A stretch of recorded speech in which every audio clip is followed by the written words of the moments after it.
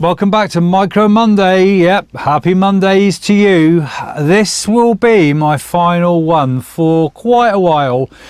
This place is about to be packed down and moved, and a new build underway over the summer. So this is my last one for a while.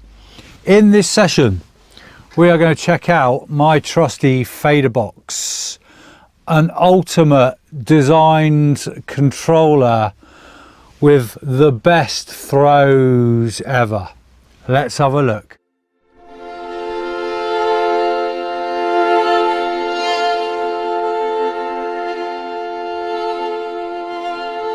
First up, everything starts inside its own little editor, an app that comes with the hardware.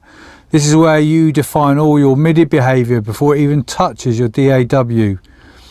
Once your controller is in MIDI mode, the editor lets you assign each fader to a specific CC value and channel, giving you full control over how it talks to your software.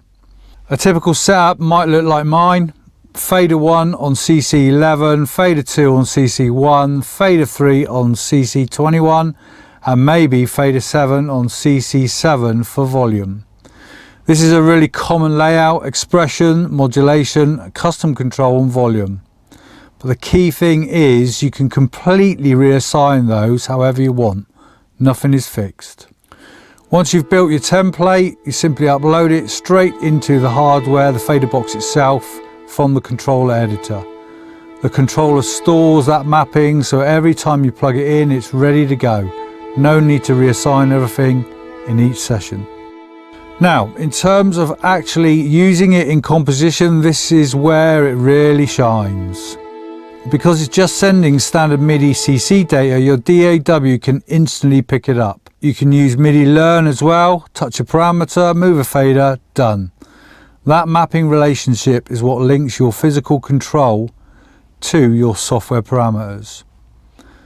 And honestly, what I love about this unit is its ease of use. It's immediate, no menus, no diving around, smooth as you like. Just grab a fader and shape your sound in real time, whether it's a filter cutoff, some expression, effect sends, or automation. Now, the Native VS Faderbox itself is a bit special. It's not a mass-produced unit. It's actually a boutique MIDI controller made by Native VS, and these are typically built in small batches or made to order. As already mentioned, you're getting super smooth long throw faders designed specifically for detailed work in a DAW. So overall, it's a simple concept but incredibly powerful, and one that I use over and over again. Custom CC mapping, instant DAW integration, and hands-on control where it matters most. Once you start using the faders like this for composition, it's very hard to go back to a mouse.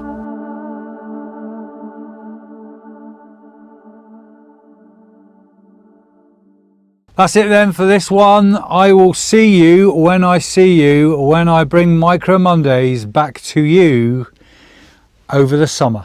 See you then. Bye.